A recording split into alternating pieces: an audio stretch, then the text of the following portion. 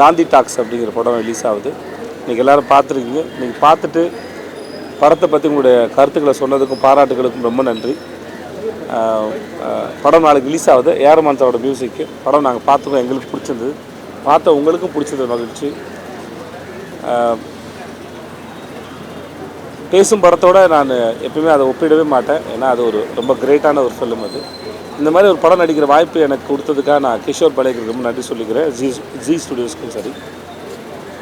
அது படத்தை தேட்டரில் வந்து பாருங்கள். ஐ ஹோப் உங்கள் எல்லாருக்கும் பிடிக்கும் நான் நினைக்கிறேன். தேங்க்யூ.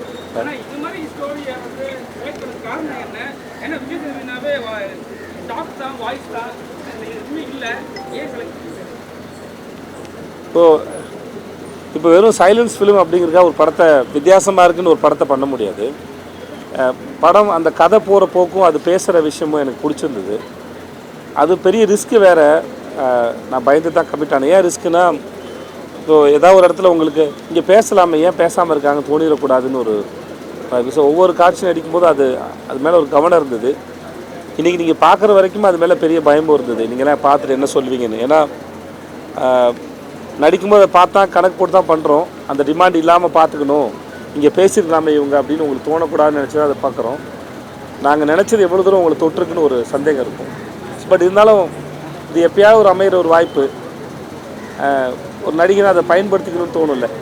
அது தொழிலில் இருக்கிற ஒரு ஃப்ளேவர் தானே. அதனால் அதுதான் ஆசை முக்கியமான காரணம். என்னென்னா மௌன படம் எடுத்துகிட்டு சாங் எதுக்கு வந்துட்டு வரிகளோடு வைக்கணும் அப்படின்னு சார். வியாபாரம்னு ஒன்று இருக்குது சார். எல்லாருக்கும் போய் சேரணும். ரகுமான் சார் இருக்கார். இது மாதிரி இது ஒரு இது என்னுடைய முடிவு இல்லை, என் இயக்குனருடைய முடிவு. நான் அது பெருசாக வரவேற்றேன். ஏன்னா இப்படி படம் வந்திருக்குன்னு பாட்டு நல்லா இருந்துச்சுன்னா நிறைய பேர் போய் சேரும். இப்போ நான் 4-5 பாட்டு அதில் ஹிட்டாக இருக்குது, பார்க்குறாங்க. அதன் மூலமாக ஒரு மக்கள் பார்க்க வராங்களே, அது ரொம்ப முக்கியம் தானே. இருக்கட்டும். அப்புறம் முக்கியமாக எப்படின்னா நம்ம எல்லாருக்குள்ளேயும் ஒரு அமைதியாக இருந்தாலும் அதில் நம்ம எல்லாருக்குள்ளேயும் மைண்டில் ஒரு ரிதம் இருக்கும், ஒரு மியூசிக் இருக்கும். ராஜா சார் கூட சொல்லியிருப்பான்னு நினைக்கிறேன். படத்தில் அமைதி, சைலன்ஸ் வந்து ஒரு பெரிய பேக்ரவுண்ட் ஸ்கோர்னு சொல்லுவாங்கன்னு நினைக்கிறேன். பாலுமந்தா சார் பேசி நான் கேட்டிருக்கேன். ஸோ அந்த மாதிரி அது எல்லார் மனசுலையும் இசை இருக்கிறது எல்லார் மனசையும் சாதாரணமான விஷயம் தான் அப்படின்னு நான் பண்ணி பார்க்குறேன். படத்தோட அருமையை உண்மைதானே சார். பணம் எப்பயுமே வந்து சத்தமாக பேசும். உங்கள் சத்தத்தை மற்றவங்களுக்கு கேட்க வைக்கும், உறுதுணையாக நிற்கும். ஸோ சார் நம்ம எல்லாருக்குமே அது இருக்குன்னு நினைக்கிறேன் சார். நடிக்கும்போது அஃப்கோர்ஸ் இருந்திருக்கும். ஏன்னா பசிக்கும்போது கையில் காசு இல்லாமல் இருக்கிறதெல்லாம் கண்டிப்பாக கடந்து வந்த எல்லாருக்குமே அது ஞாபகத்துக்கு வரும்னு நினைக்கிறேன். பட் இந்த கதை வந்து எனக்கு கன்வின்ஸ் பண்ணிச்சு. ஸோ அதுதான் அது. அதான் பேசப்படும் கமல் சார். தேவையில்லைங்க நம்ம முடிவு பண்ணவே முடியாது சார். ஒருத்தர் எழுதினார், ஒரு நடிகர் ஓகே சொல்கிறார், ஒரு இசையமைப்பாளர் ஓகே சொல்கிறார், ஒரு தயாரிப்பாளர் வராரு. அதனால் சேர்ந்து நம்புகிறோம். எல்லா படங்களும் இப்படி தான். எந்த படமும் ஓடுமான்னு தெரிஞ்செல்லாம் எடுக்கிறது. இந்த கதை ஓடும், மக்களுக்கு பிடிக்கும் அப்படின்னு நினச்சா எல்லா படத்தையும் முயற்சி தான் பண்ணுறோம். அதில் சில படங்கள் வெற்றி அடையுது, சில படங்கள் தோல்வி அடையுது. பட் இன்டென்ஷன் வந்து ஒன்று தான். இது இந்த காலம் அந்த காலம் அப்படிலாம் உண்மை இல்லை சார். நம்ம எல்லாருக்குள்ளே இருக்கிறதா முடிச்சிடறேன். நம்ம எல்லாருக்குள்ளே இருக்கிறது தான் அது. வேறு விதமான படங்கள் வரும்போது அது சுவாரஸ்யமாக தான் பார்க்க போகிறேன். நான் எப்பவுமே நம்புவேன், ஒரு படம் வித்தியாசமாக இருக்கிறனால கூட மக்கள் வந்து பார்க்குறது. அந்த படம் அந்த நேரத்தை செலவழித்து அந்த காசு செலவழித்து பார்க்கும்போது அவங்களுக்கு அது சுவாரஸ்யமாக இருந்துச்சுன்னா கண்டிப்பாக பார்ப்பாங்க. அதுதான் முயற்சி, வேறு ஒன்றும் இல்லை சார்.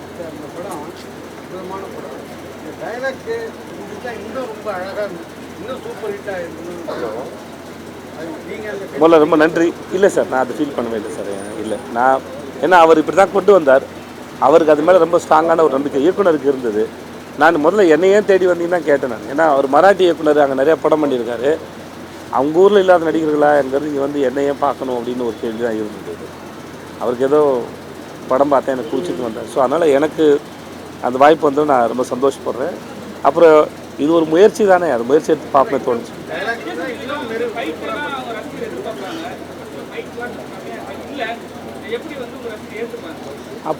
எனக்கு அப்படி ஒரு ஃபார்ம் இருக்கான்னு எனக்கு தெரியல சார். நான் ஃபைட் பண்ணுறது விரும்புவேன் சார். ஆனால் அதுக்காக என் விருப்பத்துக்கெலாம் கதையில் வைக்க முடியாது சார். அந்த கதை அதை டிமாண்ட் பண்ணணும். அது டிமாண்ட் பண்ண தான் பொருந்தும். அது இல்லாட்டி ஒரு ஃபைட் வச்சாலுமே வந்து பொருந்தாது சார். எப்பவுமே நம்புவாங்க. ஒரு கதை என்ன பண்ண சொன்னாலும் அந்த கதைக்கு தேவை இருந்துச்சுன்னா நீங்கள் பண்ணினா மக்கள் ரசிச்சுப்பாங்க. அந்த தேவையில்லாத போது நீங்கள் எவ்வளோ சிறப்பான விஷயத்தை பண்ணாலும் அது லேகு தான், அது போர் தான். அது ஸோ கதையில் அதுக்கான சந்தர்ப்பம் இருக்கணும். இந்த கதை அதை எதிர்பார்க்கல, தேவைப்படும். ரசிகரை சார்ந்து இல்லை இது படம் பார்க்குற ரசிகர்களுக்கு ஒரு படம் பார்க்கும்போது தயார்படுத்துகிற மூடு தான். இப்போ அந்த படத்தில் விளம்பரமோ பாடல்களோ இல்லை ட்ரெய்லரோ போஸ்டரோ உங்களுக்கு அந்த மாதிரி வைப்பை க்ரியேட் பண்ணாத போது அது இதெல்லாம் பார்க்கும்போது நமக்கு ஒரு ஐடியா வரும்ல, இந்த படம் இப்படிப்பட்ட படமாக இருக்கும். அது அவ்வளோதான். அதுக்குண்டான வேலையை அது செஞ்சால் போகணும். சார் ஒரு படத்துக்கு ஒரு மெனக்கடல் இருக்கும். இந்த படத்துக்கு குறிப்பாக என்ன மாதிரி மெனக்கடல்? இந்த சைலண்ட்டாக இருக்கிறத ஒவ்வொரு நாளும் செட்டுக்கு போனால் இது சைலண்ட்டாக இருக்கிறது எப்படி புரியும், எப்படி போய் சேர்ந்து கேள்வியோடு இருக்கும். பட் அது புரியும் கேள்வி, அதை தாண்டி போர் அடிக்காமல் இருக்குமா ஜனங்களுக்கு அப்படிங்கிறது தான் பெரிய அந்த பயத்துலேயே இருக்கும். அது படம் பார்த்து முடித்து ரிலீஸ் ஆகிற வரைக்கும் அது இருக்கும். நாங்கள் முடிச்சுட்டு சுற்றி எங்கள் சர்க்கிளில் எல்லோரும் போட்டு காமிச்சு ப்ரொடக்ஷன்லாம் பார்த்து எல்லோரும் சொன்னதுக்கப்புறம் தான் ஓரளவு நிம்மதியாக இருந்துச்சு. அற்புதமாக இருக்குது. நன்றி. சின்ன படங்களே வந்து அவார்டுக்கு அனுப்புகிறாங்க. படத்தை வந்து நீங்கள் நிறைய ஃபெஸ்டிவலுக்கு அனுப்பியிருந்தா நிறைய அவார்டுகள் வாங்கியிருக்கோம். ஏதோ ஒன்று கோவா ஃபிலிம் தேசிய அவார்டு வந்து கோவா ஃபிலிம் ஃபெஸ்டிவல் போச்சுன்னு நினைக்கிறேன். மற்றபடி எனக்கு தெரியல. அது ப்ரொடக்ஷன் ஹவுஸ் தான் டிசைட் பண்ணுவது, நம்மக்கிட்ட இல்லாது. தேசிய அவார்டு வாங்கி கொடுக்கும். ரொம்ப நன்றி சார், மிக்க நன்றி. அரவிந்த் சாமியோட அவர் ஒரு தங்கமான மனுஷன். ஷூட்டிங்கில் காரக்குழம்புலாம் சமைச்சு போட்டார். எனக்கு அவருக்கு ஒரு ரொம்ப அழகான ஒரு நட்பு இருக்குது. எனக்கு அவர் ரொம்ப பிடிக்கும். அந்த கேரக்டருக்கு முதல்ல யாரோ பேசினார் ஹிந்தியில். அப்போ கடைசியில் அரவிந்த் சாமி சார்னு சொல்லும்போது எனக்குமே அது ரொம்ப சந்தோஷமாக அது. எனக்கு நல்லா தெரிஞ்ச மனுஷன். அந்த பெரிய செட்டு அந்த வீட்டுக்குள்ளே நாங்கள் 2 பேரும் ஒரு முறை ஷாட் முடிச்சுட்டு சைலண்ட் ஃபிலிம் தான், ஆனால் நாங்கள் நிறையா 2 பேர் பேசிட்டு இருந்தோம். ஸோ நான் ரொம்ப என்ஜாய் பண்ணேன் அவரோட இருந்தது.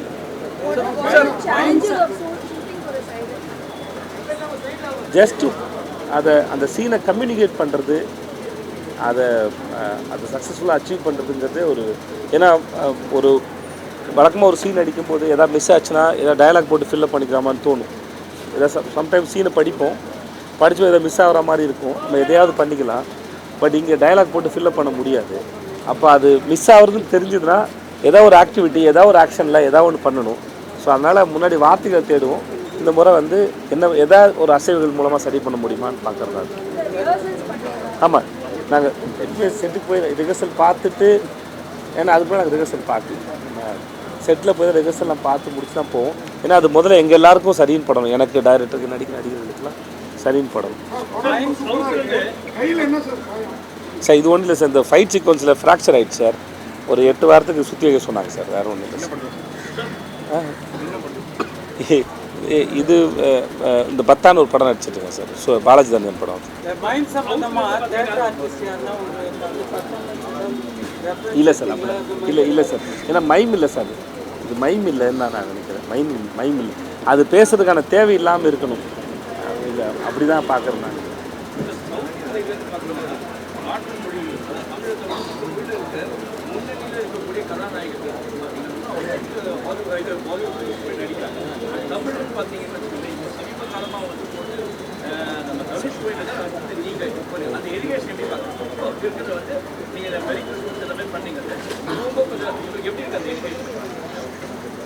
அங்கே போனாலும் இந்த கேள்வி கேட்குறாங்க சார். அந்த இண்டஸ்ட்ரிக்கு இந்த இண்டஸ்ட்ரிக்கு என்ன வித்தியாசம் கிடையாது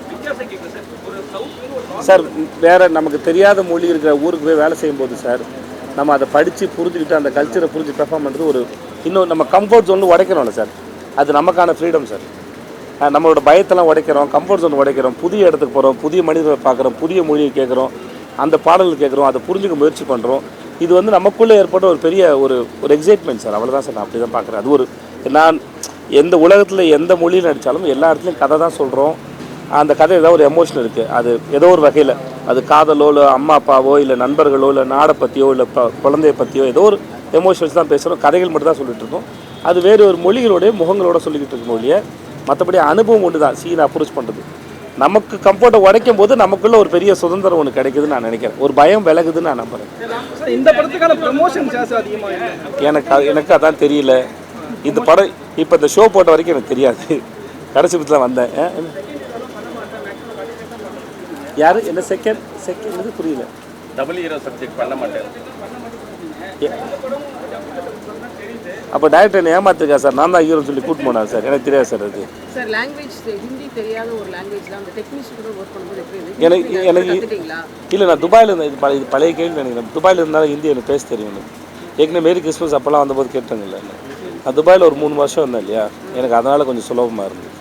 சார் வில்லனா நடிச்சிட்டீங்க, திருநங்கையா நடிச்சிட்டீங்க, இப்போ மௌன படம் நடிச்சீங்க, இன்னும் பாக்கி என்ன இருக்கு? உங்கள் கேரக்டர் பண்ணலான்னு இருக்கேன் சார். எல்லாத்துக்கும் எதாவது இடக்கு முடக்க கேள்வி கேட்கலான்னு தோணுது சார். அதனால் உங்கள் கேரக்டர் பண்ண போகிறேன் சார். சார் சார் எனக்கு தெரியல சார். இப்போ அதை பற்றி பேச வேணாம் சார். அதனால் அது தான் சார் தான் சொல்லணும். அது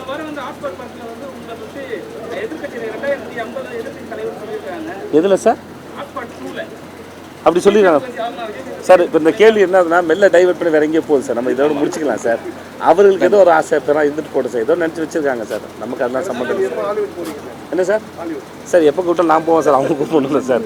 ஓகேம்மா சார் மியூசிக் எந்த அளவுக்கு ப்ளே பண்ணுவீங்க? அதுவா சார்? அது ரிஹர்சல் பார்த்தேன் சார் நான். ஒரு ஒரு என்ன சார்? நீங்கள் ஒவ்வொரு முறையும் கேள்வியில் மட்டும் ரொம்ப வித்தியாசத்தை வச்சுருக்கீங்க சார். அது எப்படின்னு தெரியல. காந்தி டாக்குங்கிறனால ஃபாரின் சாராக ஊற்றி வீட்டை கொடுத்துறாங்க. இதான சார் உங்கள் சந்தேகம்? மேபி டாக்டர் கூட யோசிக்க மாட்டான் சார்.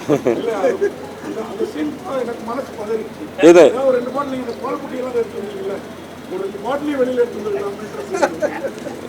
பரவாயில்ல, எத்தனை பாட்டில் இருக்குது சார் உங்களுக்கு சார். நன்றி சார். இல்லை சார் ரொம்ப பிரமாதம் சார். ரகுமான் ஐயோ சாரை பற்றி சார். இப்போது ஆமாம் சார். இப்போ மும்பையில் போயிருந்தேன் சார். ப்ரொமோஷன்ஸ் போயிருந்த போது ஸ்டேஜில் அங்கே ஜியோ மாலில் வந்து ஸ்டேஜில் வந்து அவர் ஒரு 6-7 சீனை சூஸ் பண்ணி அதுக்கு லைவாக பேக்ரவுண்ட் ஸ்கோர் பெர்ஃபார்ம் பண்ணாங்க சார். அது பார்க்குறதுக்கு ரொம்ப அழகாக இருந்தது. இந்த படத்துக்காக ரகுமான் சார் மெனக்கெட்டதாக இருக்கட்டும், ப்ரொமோஷன்ஸ்க்கு வந்ததாக இருக்கட்டும், பாடல்கள் கொடுத்ததாக இருக்கட்டும், இந்த படத்துக்கு அவர் கொடுத்த சப்போர்ட் வந்து அளப்பரியது. அது வந்து ரொம்ப பெருசு. இந்த படத்தில் ஆக்சுவலாக சொல்லப்போனால் எங்கள் எல்லோரும் நாங்கள்லாம் பார்த்த வேலை ஒரு 5% தான். ரகுமான் சார் பார்த்த வேலை 95%. அவரோட ஒர்க் வந்து அவ்வளோ பிரமாதமாக இருந்தது சார். சார் கமல் சாரை பார்க்க சொல்ல போறீங்களா? ஏன்னா பேசும் படம் வந்தது கடந்த காலகட்டத்தில். இது ப்ரொடக்ஷன் சார் பிரச்சனை. நான் எதுவுமே டிசைட் பண்ணுறதில்ல சார். இதுவுமே எனக்கு தெரியாது சார். கடைசி சொன்னாங்க சார். சொன்னா சார். அதனால் வந்துட்டேன் சார் நான். சரிங்களா சார்? நன்றி எல்லாருக்கும் நன்றி. ரொம்ப நன்றி.